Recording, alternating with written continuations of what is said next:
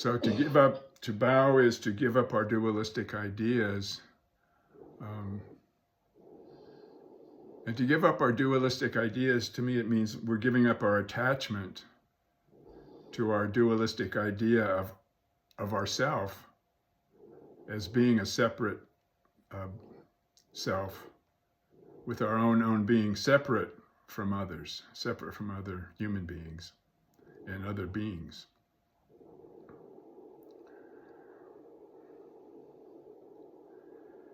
So bowing to me has always been a very deep devotional practice. But, in Zen, I think devotion is not devotion to something outside of ourselves. It's devotion to the source of devotion. Devotion to our essential being or our Buddha nature or thusness or suchness that we share with all beings. And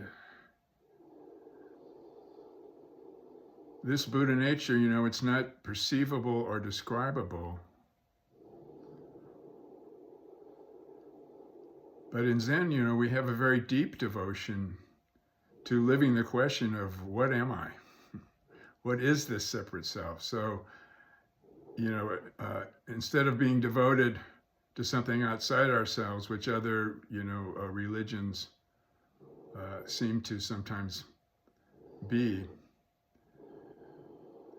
that sense of being a separate self becomes an object of observation and exploration and of living the question deeply. Who are we? What are we? And giving ourselves away in Zen, I think, is like offering all of our experience as gifts. So some of you were here when we studied Reb Anderson's book, Entering the Mind of Buddha on the Paramitas. I remember I was visiting Gary and Jane when we started the book, so that was 3.5 years ago. And I think we spent almost a year on it. But Reb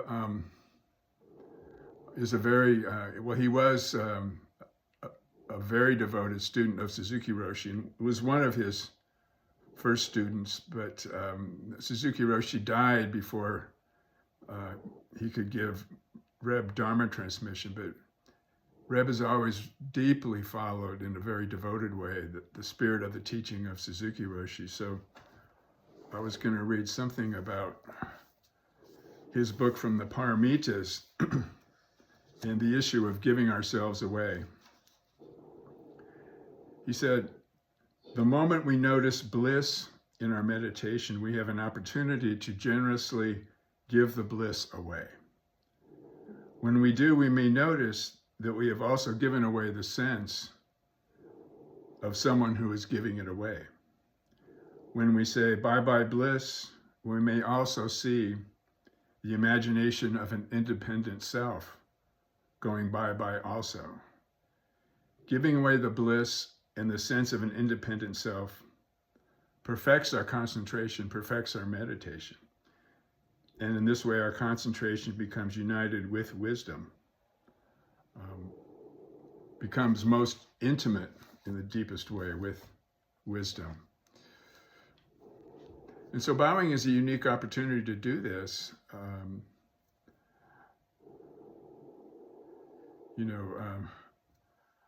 When I do full prostrations now, it's a little more challenging than when I was first starting out, but I actually get some cardio if I do 9 full prostrations to the floor. So it's an opportunity to offer all of our experience as gifts. And Reb said some interesting things about devotional practice. He said, "Many people associate Zen with perfect wisdom and with wondrous spontaneous activity, and these associations are totally valid. However, many people, especially in the West, do not associate Zen with devotional practice. They might be quite surprised, as I was, to learn that training in Zen temples and monasteries in Asia is deeply and thoroughly devotional. I know some Zen students who are in the West who are not interested in devotional practice, and yet the path of perfect wisdom and Buddhahood is nothing if not devotional. The path to Buddhahood is the path of complete devotion to Buddha, Dharma, and Sangha, to the awakening, to the teachings of awakening, and to the awakening community.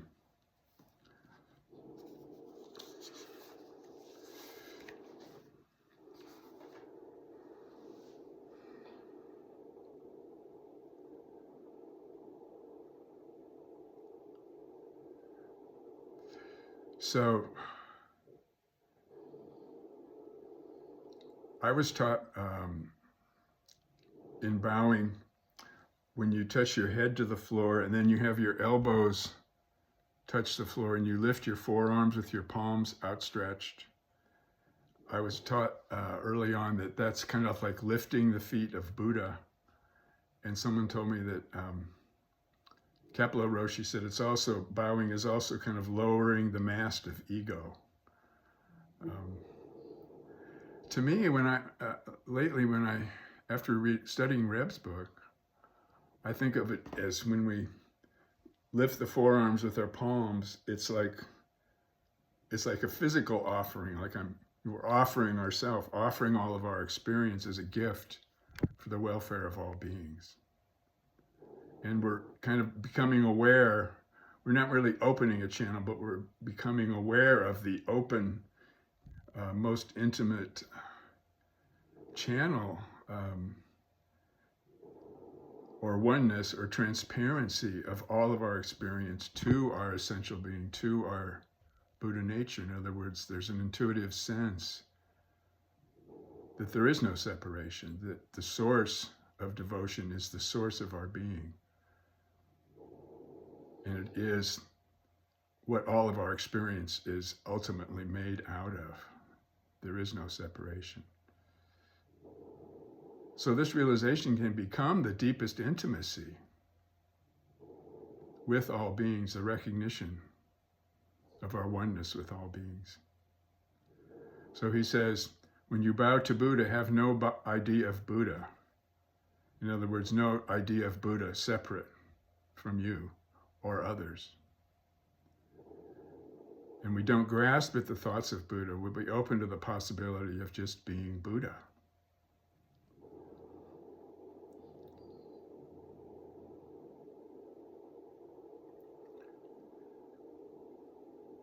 And so when our experience becomes transparent, one with our essential being, he says everything is manifested by and is the expression of our Buddha nature. And this is finding the true meaning of being one with Buddha. All beings being one with Buddha. So no distinction between teacher, disciple, man or woman, self or other. A deep recognition of the intimacy we share with all beings.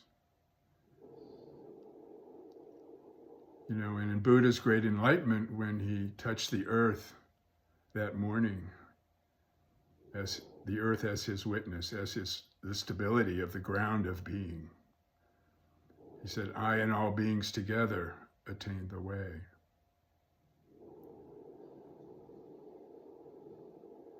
This was the realization of the deepest intimacy we share and the path that frees us to accept suffering, to realize the boundary of what we can accept is the boundary of our freedom, and our essential nature is free to accept all suffering. And we can, as childs of Buddha, we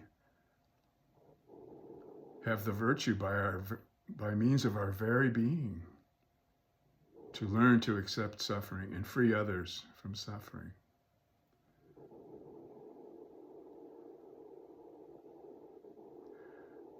So in this sense, everything has the same value. Sometimes teachers use the metaphor of the ocean and the waves. Thich Nhat Hanh uses that. You know, waves are made of water, and we can think of ripples or waves on the surface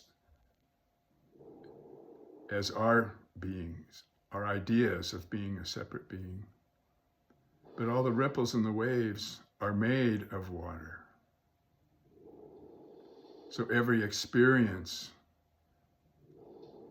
we gradually cultivate the intuition that every experience is made out of all beings together and our Buddha nature. And just like no wave is any wetter than any other wave, no experience is any more or less a full expression of our Buddha nature, our essential being. So in this way, bowing is also a training in equanimity. When we bow, I've always had that experience that it's easier, for me, it's easier to bow than to just sit somehow, because the activity is strenuous enough that you just do it. And there's a chapter later in the book I thought I'd just mention here,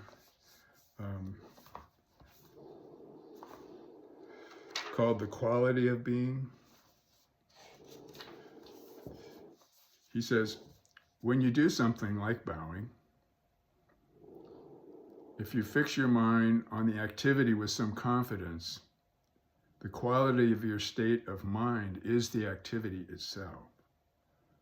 When you're concentrated on the quality of your being, you're prepared for the activity.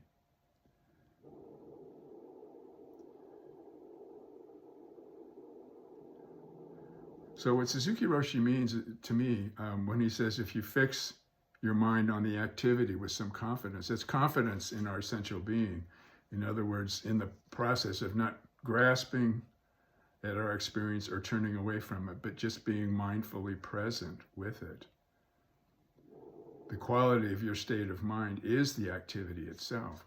It's not just the activity of bowing or washing dishes, or running a mile or something. It's also the activity of thinking, seeing, hearing, and feeling that go along with that. But there's just the activity. We don't add anything extra, in his chapter on breathing, he talks about how when we say I breathe, the I is extra. So that self-conscious I, that's deeply conditioned to be addicted to ideas of self and other, inside and outside, good and bad. When our activity serves our attachment to that separate self that we imagine, we suffer. And that I in Buddhist practice is always extra. So when that I becomes an object of exploration and observation, then we can begin to see that it is transparent. It's transient and transparent.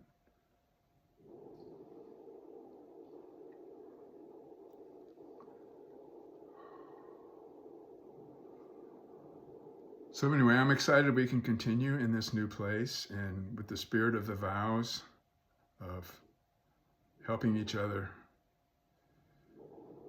let go of ourselves, offer ourselves as gift to each other, and continue in the Buddha way.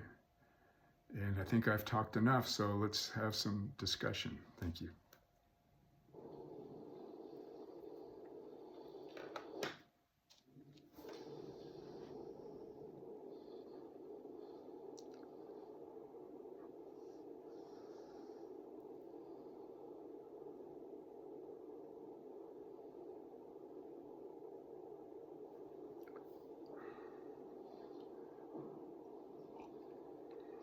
Thank you for your talk, Shipan. I really love this chapter, and I love bowing, and I love the thoughtlessness of it. You don't have to think anything to really experience the bow. And I teach a Zen Buddhism class for high school students, and I recently introduced bowing in our final unit, introducing some ritual. And I think it's something everybody understands. I think the shift for them, I teach in an Episcopal boarding school, and I just said, well, when we bow, it's not necessarily for a deity. There's no one really, to receive it as we see it, but it's for us, to put ourselves in attitude of gratitude and devotion. So I'm inspired to do more aimless, pointless bowing. In my class, I've had kids bow to the front where there's a picture of the Buddha, and then bow to any other human being. Bow to each other, just bow. So I want to just do more aimless bowing. But one thing I want to respond to, what you just shared, Shikha, is I've never heard it phrased quite like this, that, this addiction to seeing ourselves as a separate self. I think that was a powerful way of saying that. And as someone who doesn't want to have any addictions, that kind of got my attention. So I'm going to sit with that. I think I definitely have to consider breaking that addiction best I can. Thank you. Yeah. I guess you could say we're all egoholics. But, yeah, and you kind of have to question. The thing is, it is an addiction, something that we can't seem to get away from, even after so many years of trying to not be addicted. But you have to really kind of question it before you even realize that it's an addiction. You have to question the reality of being a separate self first, and then you can deal with it like in any other type of addiction. It's probably the deepest rooted compulsion that we have.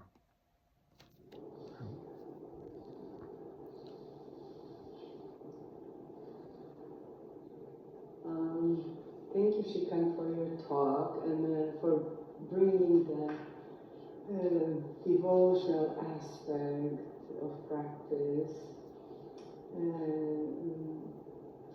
When bowing is, first of all, devotional aspect. When I come to Zendo and we start chanting, sometimes I feel like tears flowing because I have so much gratitude in my heart to Dhamma and to that the Buddha decided to teach. Even this was so difficult that we have a Dhamma and we can listen and we can practice together. So it's the bowing to Buddha, Dharma and Sangha, bowing to Buddha nature in all of us. It's also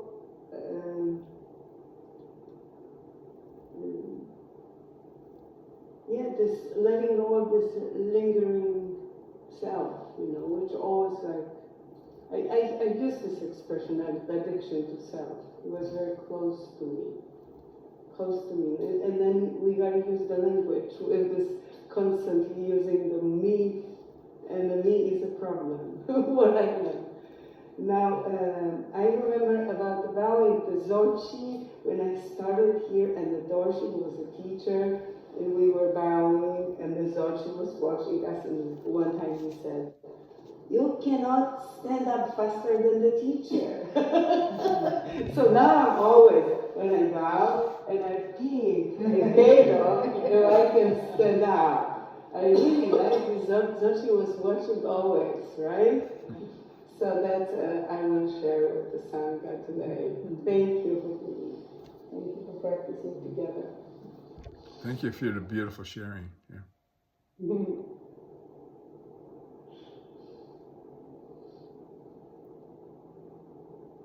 Thank you, Roger, for your talk and all of the insights and bringing in Reb's teachings as well.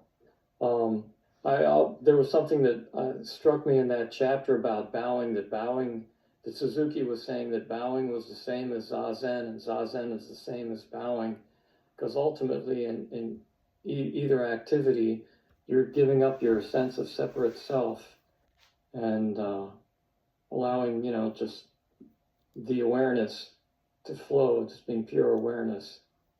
So that I found was a helpful connection as well. Thanks again. Mhm.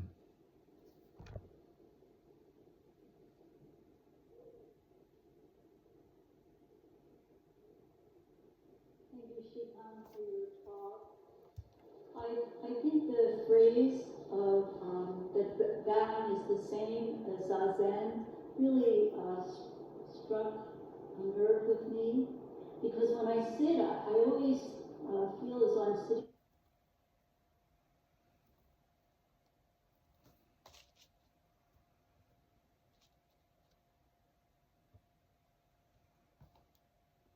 Oh, we lost sound in the Zendo.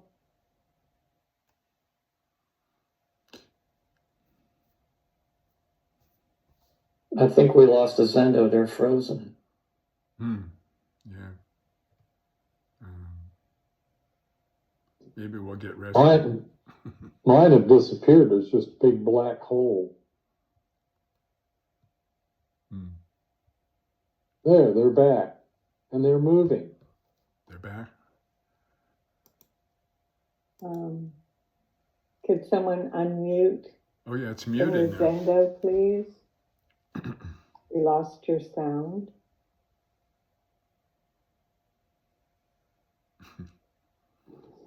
There we go. Yeah. All right. And now I have to redo your. Now I'll just leave you little. Okay. Wait a minute. There.